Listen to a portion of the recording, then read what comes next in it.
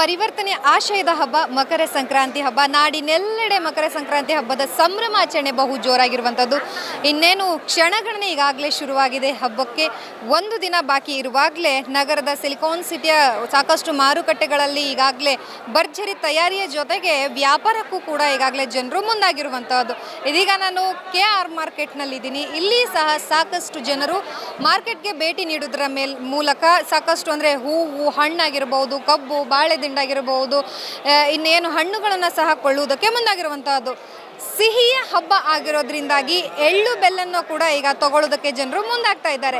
ಎಳ್ಳು ಬೆಲ್ಲ ಬಂದ್ಬಿಟ್ಟು ಕೆಜಿಗೆ 100 ರೂಪಾಯಿ ಮತ್ತು ಅಂದರೆ ಡಿಪೆಂಡ್ಸ್ ಅಪಾನ್ ಯಾವ ರೀತಿಯಾದಂಥ ಕ್ವಾಲಿಟಿ ಇರುತ್ತೆ ಅದರ ಮೇಲೆ. ಇನ್ನು ಹೂವಿನ ಬೆಲೆ ಜಾಸ್ತಿ ಆಗಿದೆ ಅಂತಲೇ ಹೇಳಬೇಕು. ಯಾಕಂತಂದರೆ ಈಗಾಗಲೇ ಹಬ್ಬ ಅಂದ ತಕ್ಷಣ ಫಸ್ಟು ಪೂಜೆಗೆ ಹಬ್ಬಕ್ಕೆ ಬೇಕಾಗಿರುವಂಥದ್ದು ಹೂವಿನ ಬೆಲೆ ಜಾಸ್ತಿ ಆಗಿದೆ.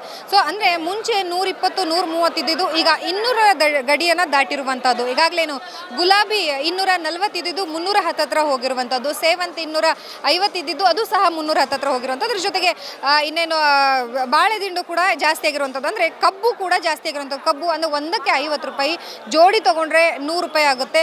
ಅದೇ ಜೊತೆಯಲ್ಲಿ ಅಂದರೆ ಯಾವ ರೀತಿಯಾಗಿ ಕಬ್ಬಿನ ಕ್ವಾಲಿಟಿ ಇರುತ್ತೆ ಆ ರೀತಿಯಲ್ಲಿ ಅದರ ಬೆಲೆ ಕೂಡ ಏರಿಕೆ ಆಗುವಂಥದ್ದು. ಹಬ್ಬಕ್ಕೆ ಬೇಕಾಗಿರುವಂಥದ್ದು ಅಂತಂದರೆ ಗೆಣಸು ಸಹ ಬೇಕು.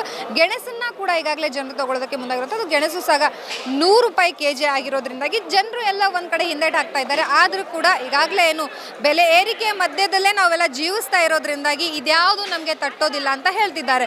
ಸೊ ಒಟ್ಟಿನಲ್ಲಿ ವ್ಯಾಪಾರ ಮಾತ್ರ ಬಹು ಜೋರಾಗಿದೆ. ಕೇವಲ ಹೂವು ಹಣ್ಣು ಮಾತ್ರ ಅಲ್ಲ, ಅದರ ಜೊತೆಗೆ ಕಬ್ಬು, ಬಾಳೆದಿಂಡು ಮತ್ತು ಗೆಣಸನ್ನ ಕೊಳ್ಳೋದಕ್ಕೆ, ಅವರೆ ಬೇಳೆಯನ್ನು ಕೂಡ ಕೊಳ್ಳೋದಕ್ಕೆ ಜನರು ಮುಂದಾಗ್ತಾ ಇರುವಂಥದ್ದು. ಸೊ ನಾಳೆ ಒಂದು ದಿನ ಬಾಕಿ ಇರೋದ್ರಿಂದಾಗಿ ನಗರದ ಎಲ್ಲ ಮಾರುಕಟ್ಟೆಗಳಲ್ಲೂ ಕೂಡ ಫುಲ್ ಖರೀದಿಯ ಭರಾಟೆ ಸಖತ್ತಾಗಿದೆ ಅಂತಲೇ ಹೇಳ್ಬೋದು. ಸೊ ನಾಳೆ ಹಬ್ಬ ಹೇಗಿರಲಿದೆ, ನಗರದಲ್ಲಿ ಯಾವ ರೀತಿಯಾದಂತಹ ವಾತಾವರಣ ಮೂಡಲಿದೆ ಅನ್ನೋದನ್ನು ಕಾದು ನೋಡಬೇಕಾಗಿದೆ.